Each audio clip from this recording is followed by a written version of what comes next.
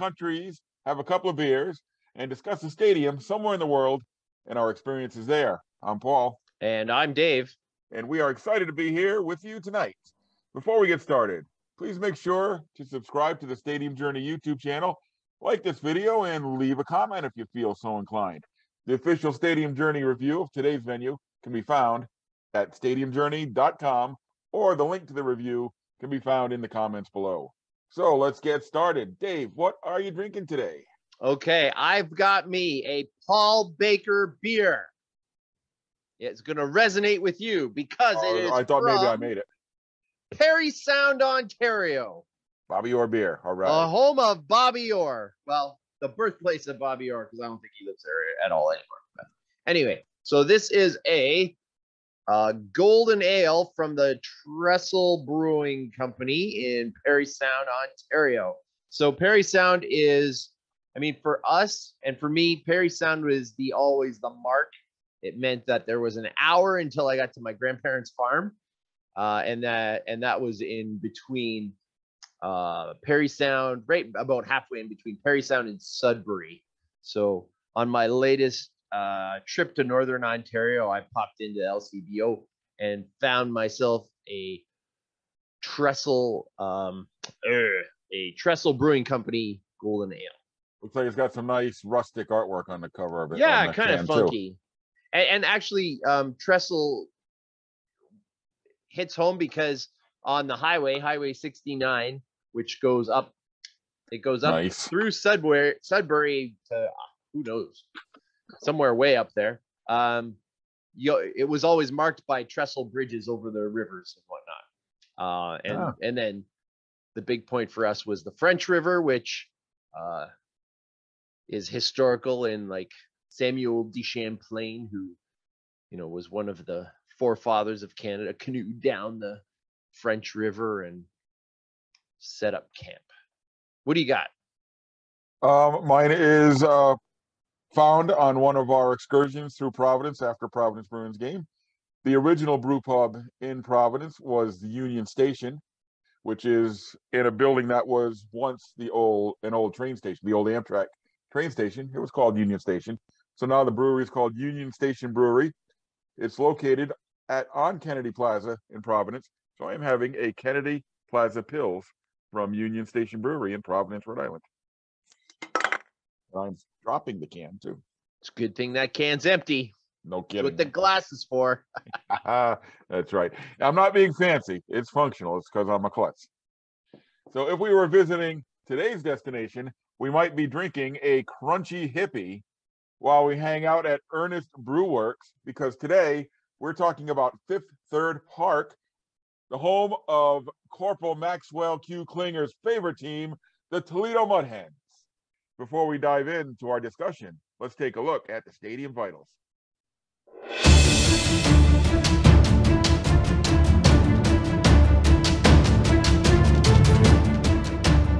So Fifth Third Park in Toledo, not Fifth Third Park in Grand Rapids, or Fifth Third Field in Toledo, or Fifth Third Park in Dayton, used to or be Fifth Third Dayton Arena in Cincinnati. Yeah. So this is Fifth Third Field. Did I mess it up already? I'm not sure. This is Fifth Third Field, and actually the one in Dayton isn't even Fifth Third Park anymore. It's right. Else. Yeah. So yeah, Fifth Third has been big into the naming rights business. But anyway, when I was doing my homework to get ready for the show, I realized I had forgotten how much I really like this ballpark. Yeah, great minds. Like, the telepathy was bang on, because I was thinking the exact same thing. I'd written this review in 2016 and was going through my old notes, because it's been done since by someone else. And I was like, wow, I forgot how much I really like this place. And I think it was probably the park, and I've been there a couple times, but it's probably the park that made me want to go to more minor league parks. Buffalo was always the closest for us, and because the Bisons, and this was before they were affiliated with the Jays or whatnot. I liked Buffalo. I liked the Bisons. It was okay. but it really didn't just, fire up my desire to see minor league parks as much as Fifth Third Field did. Did you know? Fun fact, as my daughter would say, fun fact. Did you know that in 2002, Newsweek magazine named Fifth Third Field the best minor league baseball stadium in the United States? Yep. Newsweek also did the same thing. Baseball America did the same thing in 2007 or so. Yeah, this was a ballpark that came along right at the beginning of that downtown integration with the surrounding buildings. I think it was open in 2001, so it came along before a lot of those other parks that kind of ended up copying, believe it or not, Toledo, some of the major league parks. Yeah, and I think actually funny. I think San Diego really took a page from Toledo because they both ran into the same issue in the footprint where Toledo wanted to put their ballpark. There were a couple of buildings where whatever situation they have in Toledo and in Ohio with heritage buildings, you can't tear this down. So they had to figure out a way around it if they wanted to use that spot, and they ended up incorporating it into their ballpark. And I believe it's on the right field side. Right field side it is. Right field, deep right field corner. And the building they use for their merchandise store and a party deck, and they call it the roost seating, which is kind of like rooftop seating, a little throw over to Wrigley there. Yeah. But not exactly because it's in the ballpark. Yep. And then of course San Diego had the same sort of thing with the Western Metal Supply Company, and I think they actually did do their research with Toledo to kind of incorporate that as part of their ballpark. Yep. And Sports Illustrated at one time named the roost seats as the best seats to take in a ball game in all of the minor leagues. All right, now it's on my list of I got to go back there and I got to check out seats in the roost. So that's interesting. That's one I didn't know about. The view is outstanding from there, and you were talking about the merchandise stand, which is part of that building, and I think their team offices are also in there. What a merchandise stand they have there for a minor league ball team. Mm-hmm. Yeah, it's huge, and it's got all kinds of stuff. Because let's face it, the Toledo Mud Hens are a historic ball club. They were founded, the original Mud Hens were founded in 1896. So they've been playing baseball in Toledo for quite a long time. Yep. Now the current franchise, we think of Toledo as being one of those iconic teams, but did you know there was no team in Toledo from 1953 to 1964? Well, because I did my research. Yes, I did know that. And that seems that seems interesting. But doesn't that also go back to what you started with? Colonel Max Klinger and the light that Jamie Farr shone on this franchise. And let's face it, when MASH was on,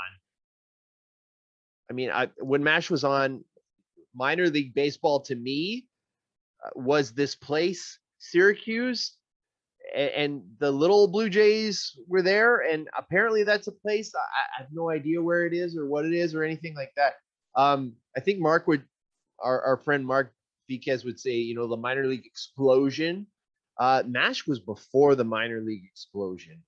Yep. And we always seem to give credit to Jamie Farr because he was a Toledo native and incorporated that as part of his character.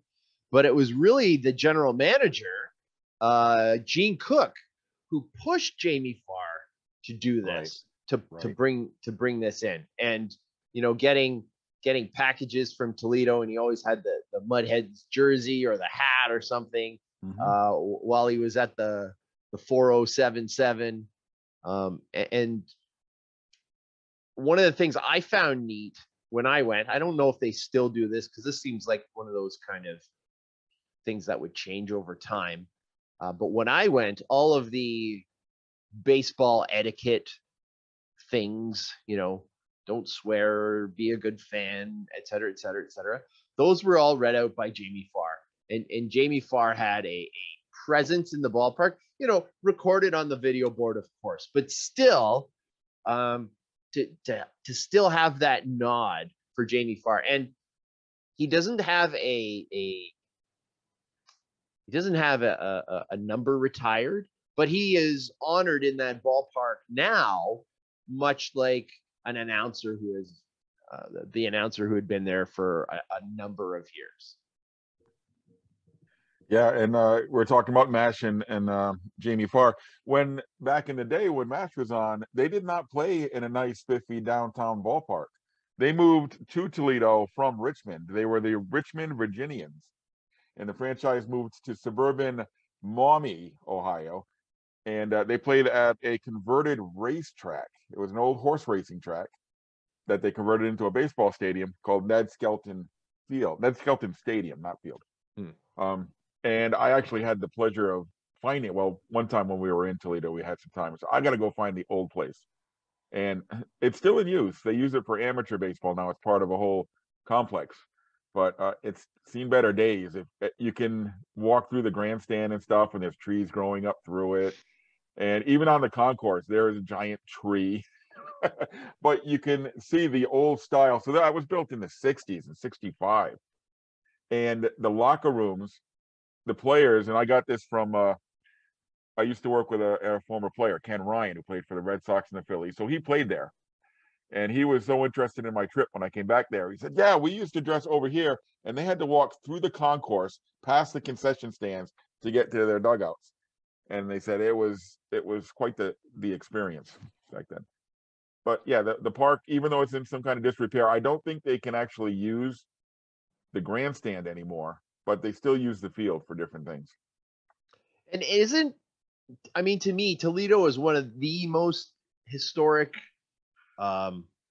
franchises. There's just so many little pieces to it. Like even the name, right? Like the Toledo Mud Hens is as minor league a name as you can get. And that's before the crazy marketing took hold. It wasn't like 2 weeks ago when they came up with this name. It's been around forever. And the reason, like the original ballpark was built near a swamp, and that swamp was filled with, what are they called? American coots. Coots. Which are commonly known as mud hens. Yeah. And they ended up naming the team after the bird.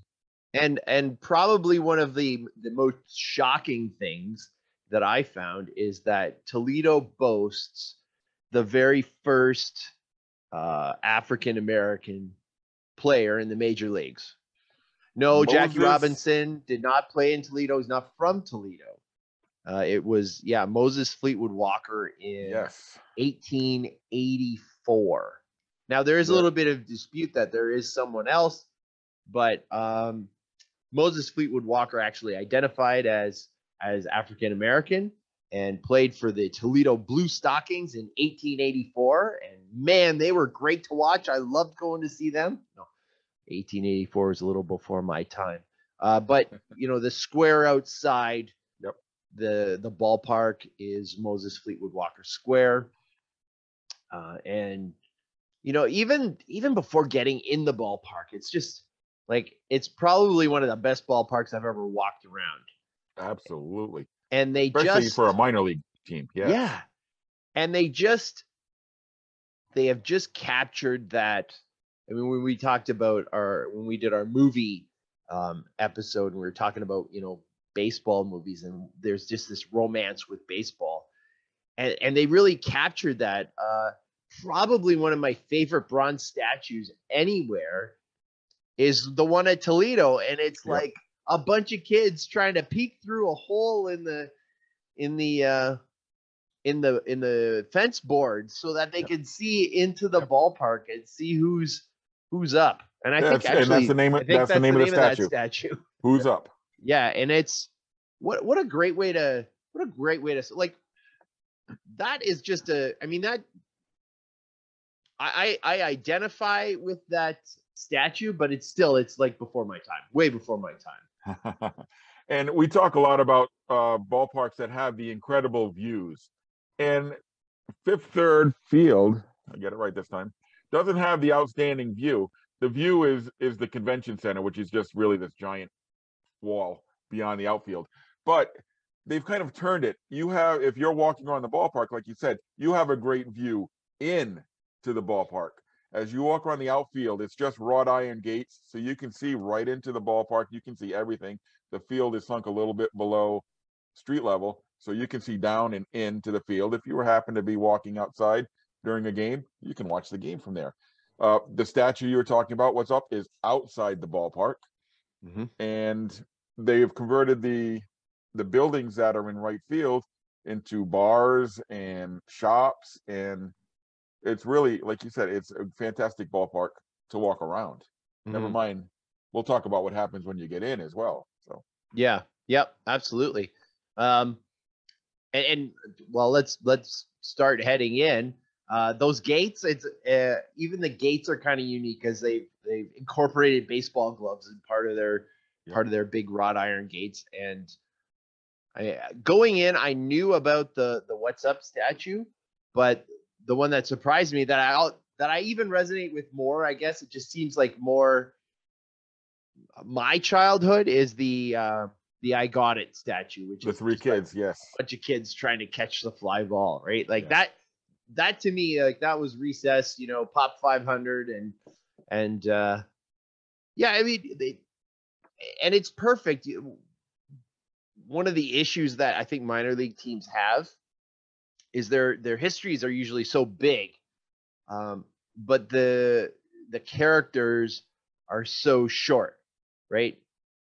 The major league players that run through there are it's very short term. It's 2 years maybe, or it's AAA. Maybe you have somebody who's there 3 years or something like that. So rather than having a whole lot of retired numbers or that kind of stuff, you would have your wall of fame or whatever, where you can have like smaller things. So for them to kind of steer away from the past player and into the romance of baseball, the innocence of baseball, which, I mean, it sure isn't easy to grasp the innocence of baseball anymore, is it? Yeah, the ballpark, even though it was really at the forefront of the stadium building boom, really has a lot of features that have carried through, and a lot of newer ballparks copy. It's got the 360-degree concourse at the top of the seating bowl. You can see the field from most, not all parts, but most. It's got some nooks and crannies because they built it into the footprint of the downtown. It's got a nice seating bowl. It's got standing room. I believe it's got a kids area out in center field where if your kids need to stretch their legs and run around a little bit, they've got that too. They've got the statues like you were talking about. They've got the luxury boxes. It really checks, to use one of my favorite terms, it checks all the boxes for a minor league ballpark. Yeah, for the 360, it's the first one I ever remembered being able to walk around 360 degrees. And as compared, it's one of the older parks now in the International League anyway. Yeah, it's really interesting. And it was built, they were hoping to make it revitalize downtown Toledo, because let's face it, if you've ever been to Toledo, it's not what we would call a destination location. It can be kind of sketchy in parts, but the area around the ballpark has developed. There are tons of restaurants, bars, nice hotels. The Huntington Center, which is the home of the East Coast, well, not the East Coast, the ECHL's Toledo Walleye, a fabulous, fabulous hockey rink, is a couple blocks away. And you can get around a lot of the downtown without going outside in the winter months. Not an issue when we're talking baseball, but still, a lot of stuff has sprung up around the ballpark. A lot of bars within a couple blocks of the ballpark, including one of my favorite places to go whenever I'm in Toledo, whenever I'm anywhere near Toledo, Tony Paco's, which Max Klinger also touted in MASH. He used to get deliveries from Tony Paco, and as someone who's gone there quite a few times, I could say one of the best chili dogs I've had anywhere in the country. Well, I can't comment on Tony Paco's because I've never been. I'm not a huge hot dog aficionado, so I can't really comment. But yeah, I found that too, that there were, the last time I went, we actually went and ate somewhere outside the ballpark, and there were a number of different options. They have they have the ballpark village, but it's an organic ballpark village, right? Yes. And yes. like you have, Wrigleyville in Toledo, they have Hensville, right? Yeah. And when I was there, they had a big, empty park kind of thing, and they were setting up for a concert of some sort. Mhm. So there were a few more things going on rather than just the Mud Hens game. I'd be remiss if I didn't say, one of the most perfect affiliation agreements with the Detroit Tigers. You can capture the interest of the locals. It's only an hour away, if that. Yeah, and maybe even catch some of those Detroit fans who, well, team's out of town or whatever. Let's go down and see what the kids are doing. So, and a long association. They were with the Tigers before 67 to 73, and then in their most recent iteration, they've been with the Tigers since 1987, which, to me doesn't sound that long, but then when you start doing the math and you go, wait a second, I'm not that young anymore. 1987 is quite a while ago. I was a young man in college, just turned 21, just able to drink legally. I never had a beer before then. Anyway, if you need another reason to check out Tony Paco's, Dave, it's a pretty famous place because of it's mentioned in MASH and other places. So it's a place where a lot of celebrities stop in and grab a chili dog and get a photo op and stuff. At Tony Paco's, they have a lot of memorabilia hanging on the walls. What they have their famous clientele do when they come is sign a hot dog bun. So they have displays all over the restaurant, and they have a few locations. So it's not just, it's Paco's at the ballpark, but they also have others are in the Toledo area. But there are hundreds and hundreds of autographed hot dog buns on display throughout the restaurant. And it's really cool to walk around the place and check out some of the different hot dog buns. I don't know how they keep them from going bad. I was just going to ask, how they have them in these little containers. Not all moldy. Well, you take your baseball and you put it in a cube. They have these special hot dog holders. I don't know, maybe they vacuum pack them. I don't know. Okay. And let's hope they do something. Right? Yeah, they don't serve. You can't get a, you can't get an autograph thing with your hot dog. But anyway, it's a really interesting display. It's worth checking out. And there's a statue right outside the Paco's at the park too, of a dad and his son. So, okay, yeah. Nice. You got to figure if they're going to do another statue at some point, somehow, and incorporate it's going to be Jamie Farr. Don't you think that would be perfect? Kind of fit that, absolutely. like Mary Tyler Moore in Minneapolis, like the Bronze Fonz in Milwaukee, a Klinger. Absolutely. Would he wear a dress though? The dress and the cap, the Mud Hens cap, yeah. and yeah, that might just be perfect. Oh, somebody better commission that right now. Yep, get on it. And give us our cut. Yeah, no doubt. If I only knew how to do stuff like that. So yeah, it's a much imitated ballpark. A lot of it's, like you said, a lot of its features have been copied, but it all comes together so nicely in Toledo. Yeah, absolutely. And now I want to go back because, like I said, I had forgotten how much I liked it, and it's not that far from me, so there's no excuse. And it fits in well with a road trip. You were talking about it's only an hour from Detroit. It's only, I think, 3 hours from Cleveland. You've got even like Fort Wayne is not too far away, or the ballpark's up in Michigan, or down in Ohio. So it's very centrally located. If you are heading through that area, you've got to include Toledo on any trip through that area, without a doubt. Absolutely. So that's our look at Fifth Third Field in Toledo, Ohio. Another worthy stadium journey. Hope to see you on the road again real soon, guys. Cheers. Cheers.